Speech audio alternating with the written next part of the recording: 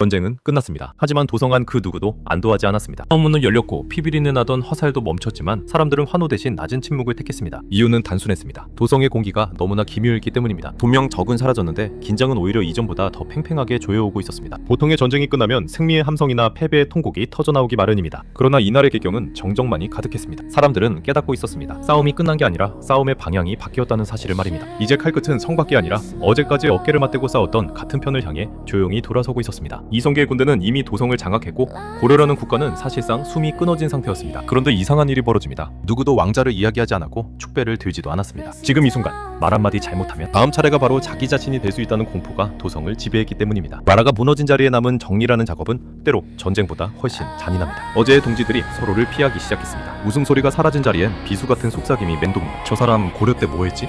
왜 저렇게 깨끗한 척하지?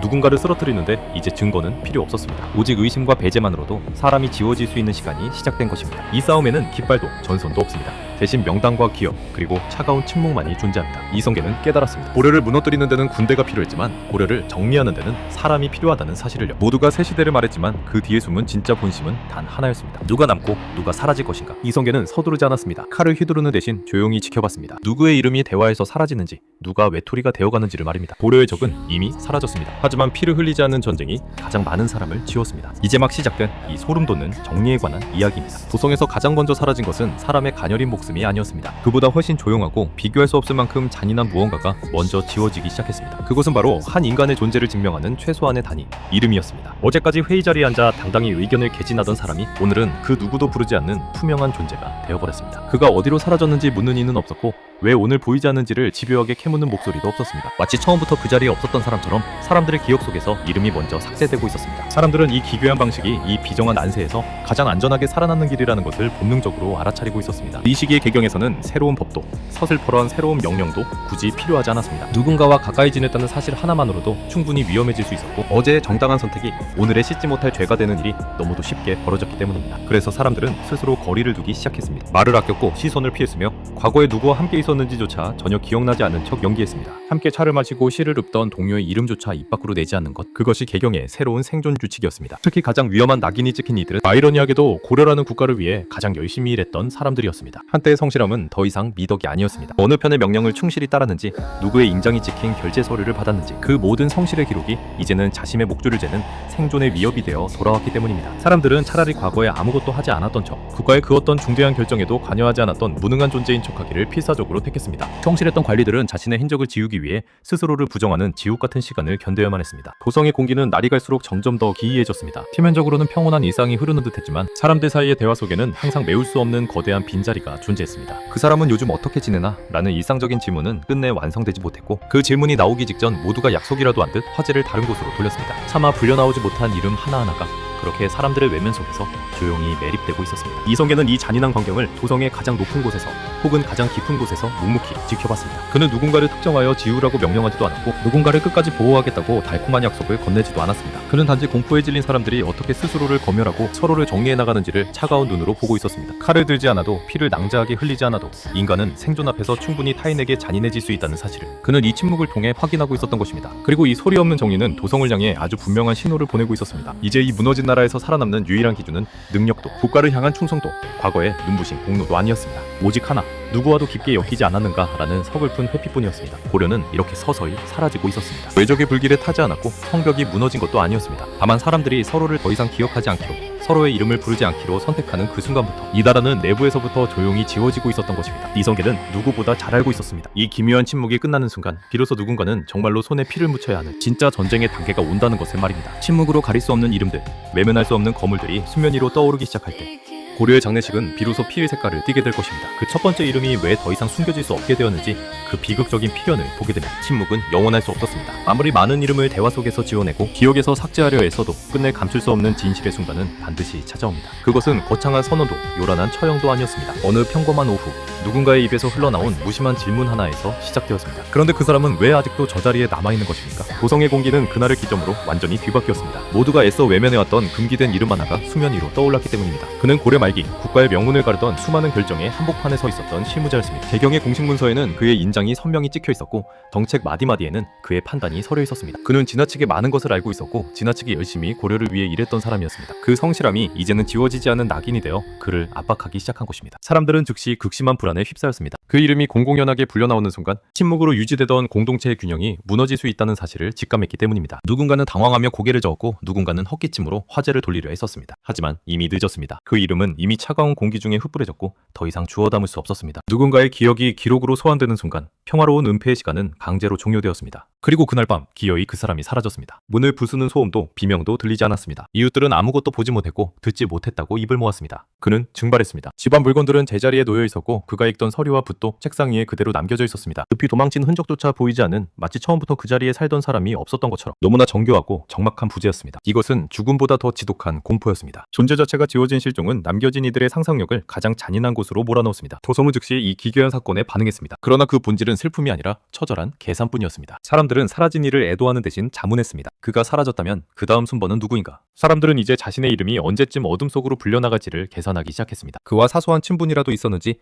과거에 같은 문서에 서명한 적은 없는지 필사적으로 되짚었습니다. 단 한 번의 식사조차 이제는 목숨을 앗아갈 수 있는 치명적인 위험 요소가 되었습니다. 어제의 일상이 오늘은 사형집행장의 명부가 될 수 있다는 공포가 도성 전체를 짓눌렀습니다. 이 사건이 무서웠던 이유는 누구도 이 실종에 대해 공식적으로 책임지지 않았기 때문입니다. 세포연장도 왕의 명령도 권력층의 선언조차 없었습니다. 그럼에도 모두가 알고 있었습니다. 이제부터는 실제로 사람이 아무 예고 없이 사라질 수 있다는 가혹한 현실을 말입니다. 침묵으로 버티던 시대는 끝났고 이제는 침묵조차 보호막이 되지 못하는 단계로 진입했습니다. 국가 시스템이 멈춘 공백기에는 법보다 무서운 것이 익명의 폭력이라는 사실을 뼈저리게 실감하고 있었습니다. 이성계는 이 첫 번째 실종을 막지 않았습니다. 그렇다고 직접 지시하지도 않았습니다. 그는 알고 있었습니다. 이 한 사람이 사라지는 순간 고려의 장례식은 결코 되돌릴 수 없는 파국의 국면으로 접어들게 된다는 것을 말입니다. 이제 사람들은 이 나라가 정말 끝난 것인가를 묻지 않았습니다. 대신 어떻게 해야 다음 실종의 주인공이 내가 되지 않을 것인가만을 고민하기 시작했습니다. 이름이 지워지고 실제 사람이 증발하는 이 방식은 곧 이 시대를 지배하는 규칙이 될 것이었습니다. 누군가는 그 잔인한 규칙을 질서라는 이름으로 공식화해야만 하는 순간이 다가오고 있었습니다. 침묵이 끝난 자리에 피를 묻히지 않고는 세울 수 없는 새로운 기준이 서서히 모습을 드러내기 시작합니다. 그 기준의 끝에는 우리가 아는 조선이라는 새로운 시스템의 설계도가 숨겨져 있었습니다. 사막.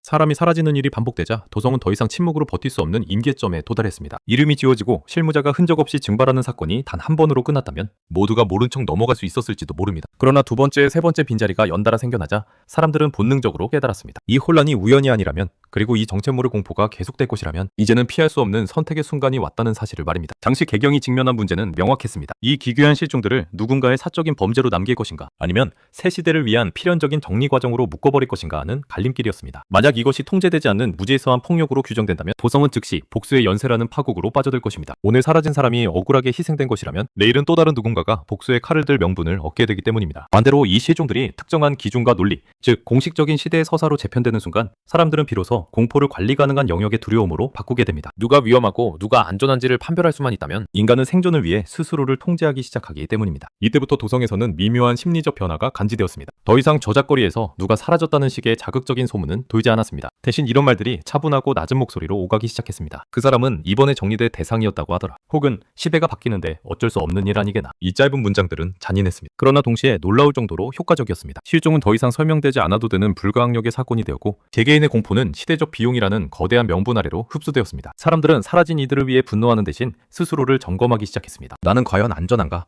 나는 새 나라의 기준에 부합하는 존재인가? 이 질문이 퍼지는 순간 도성은 더 이상 무질서한 혼란의 공간이 아니었습니다. 공포 위에 세워진 기이할 정도로 조용한 질서가 본격적으로 작동하기 시작한 것입니다. 이 변화의 중심에는 여전히 이성계가 있었습니다. 그러나 그는 전면에 나서서 이것이 옳다고 선언하는 방식을 취하지 않았습니다. 오히려 그는 한 발 물러나 이 흐름이 어떻게 스스로 굳어지는지를 묵묵히 지켜봤습니다. 누군가를 지키겠다고 약속하지도 제거하겠다고 공언하지도 않았습니다. 다만 그는 단 하나의 대원칙만을 분명히 했습니다. 앞으로의 책임은 과거의 이름이 아니라 지금 이 순간 어디에 서 있느냐로 판단된다는 것. 이 원칙은 많은 이들을 일시적으로 안심시켰고 동시에 더 많은 이들을 영원히 침묵하게 만들었습니다. 과거에 무엇을 했는지는 중요하지 않으며 오직 현재의 위치가, 어디인가가 중요하다는 이 단순한 기준은 사람들로 하여금 과거의 연대와 기억을 스스로 끊어내게 유도했습니다. 어제의 동료는 오늘의 위험 요소가 되었고 오래된 인맥은 가장 먼저 정리해야 할 무거운 짐이 되었습니다. 도성은 이렇게 피를 흘리지 않고도 스스로를 도려내며 정리해 나가기 시작했습니다. 그러나 이 정교한 질서에는 치명적인 문제가 하나 숨어 있었습니다. 기준이 생겼다는 것은 곧 그 기준을 집행할 구체적인 얼굴이 필요해졌다는 뜻이었습니다. 지금까지 실종은 어둠 속의 인명사건으로 남아있었지만 이제부터는 누군가가 전면에 나서서 말해야 했습니다. 누가 남고 누가 떠나야 하는지,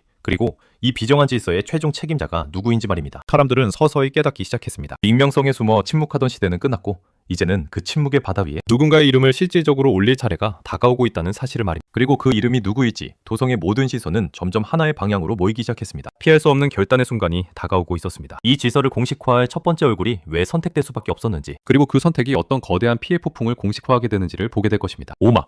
규칙이 생겨난 순간 보성은 잠시나마 안도의 숨을 내쉬는 듯 보였습니다. 사람들은 더 이상 무작위적인 공포에 떨지 않아도 되었고 최소한 무엇을 조심해야 하는지에 대한 기준이 생겼다는 사실에 안도했습니다. 그러나 그 평온은 찰나에 불과했습니다. 질서라는 이름의 괴물은 언제나 그 체제를 유지하기 위한 정당한 대가를 요구하기 때문입니다. 그리고 그 대가는 익명의 실종이 아니라 반드시 모든 이가 우러러보거나 지켜볼 수 있는 한 사람의 얼굴로 지불되어야만 했습니다. 도성의 사람들은 본능적으로 알고 있었습니다. 이제 더 이상 이름 없는 어둠 속의 실종만으로는 이 팽팽한 긴장감을 유지할 수 없다는 것을 말입니다. 규칙이 실제로 살아 움직인다는 즉 이 선을 넘는 자는 반드시 이렇게 된다는 명확하고도 잔인한 예시가 필요했습니다. 그래야 사람들은 자신의 두려움을 수치로 계산할 수 있고, 그래야 이 기묘한 질서가 영구적인 생명력을 얻어 지속될 수 있었기 때문입니다. 그렇게 해서 마침내 단 하나의 이름이 공공연하게 사람들의 입을 통해 불리기 시작합니다. 그 이름은 가장 안전해 보이면서도 동시에 가장 상징적인 선택이었습니다. 너무 강해서 정면에 충돌을 일으킬 인물도 아니었고, 그렇다고 존재감이 없어 효과가 미미할 만큼 약한 인물도 아니었습니다. 고려라는 거대한 체제를 오랫동안 묵묵히 떠받쳐왔지만 새 시대의 중심으로는 결코 함께 걸어갈 수 없는 과거의 얼굴. 그는 누구보다 성실했고 누구보다 많은 국가적 결정을 내려왔으며, 그래서 역설적으로 누구보다 많은 고려의 책임을 상징하는 인물이었습니다. 이 이름이 처음 누군가의 입 밖으로 흘러나왔을 때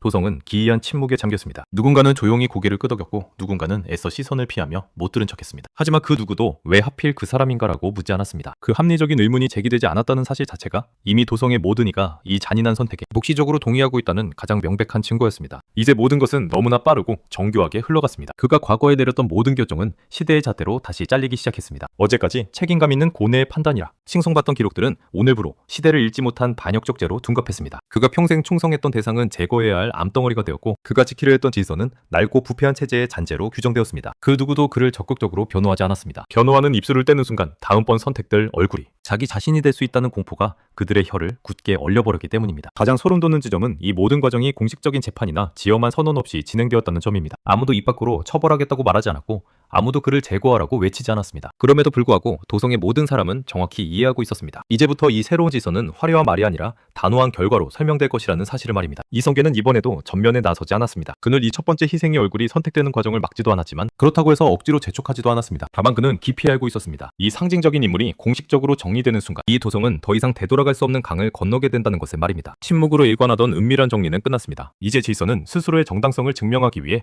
살아있는 피를 요구하기 시작했습니다. 그날 밤 도성의 사람들은 모두 같은 서늘한 생각을 품은 채 무거운 잠자리에 들었습니다. 이제 정말 피할 수 없는 시작이구나. 첫 번째 얼굴이 공식적으로 지워진 순간 이 질서는 더 이상 가설이나 임시방편이 아니었습니다. 그것은 사람들의 구체적인 행동을 바꾸고 관계를 끊고 미래를 계산하게 만드는 가장 실체적인 권력이 되었습니다. 이 첫 번째 얼굴 이후 왜 두 번째 얼굴은 선택이 아니라 자동이 되었는지, 그리고 이 정리가 어떻게 멈춤 없는 폭주로 변했는지를 보게 됩니다. 첫 번째, 얼굴이 지워진 뒤 도성에는 짧은 정적이 흘렀습니다. 사람들은 필요한 정리가 여기까지였기를 바라며 숨을 골랐습니다. 그러나 그 안도는 너무나 순진했습니다. 질서는 한번 피를 맛본 순간 결코 멈추지 않기 때문입니다. 첫 번째 얼굴은 예외가 아니라 단지 시작을 알리는 신호탄에 불과했습니다. 가장 먼저 변한 것은 사람들의 시선이었습니다. 이제 도성의 대화는 과거가 아닌 미래를 향했습니다. 사람들은 더 이상 사라진 일을 애도하지 않았습니다. 대신 아직 남아있는 얼굴들을 계산하며 물었습니다. 다음은 누가 될까? 우리는 어느 편에 서야 하는가? 그 계산은 너무나 빠르고 정확하게 맞아떨어졌습니다. 첫 번째 실종이 기준이 되자 두 번째와 세 번째 이름은 자연스럽게 목록에 올랐습니다. 누군가를 지우기 위해 이제 분노나 명분은 필요치 않았습니다. 단지 아직 남아있다는 사실 자체가 새 질서에서는 그 무엇보다 위험한 요소가 되어버렸기 때문입니다. 여기서 가장 잔인한 진실이 드러납니다. 이 정리는 더 이상 이성계 개인의 의지로 통제할 수 있는 단계를 넘어섰습니다. 누가 제거되어야 하는지에 대한 판단은 이미 도성 전체의 암묵적인 합의 속에서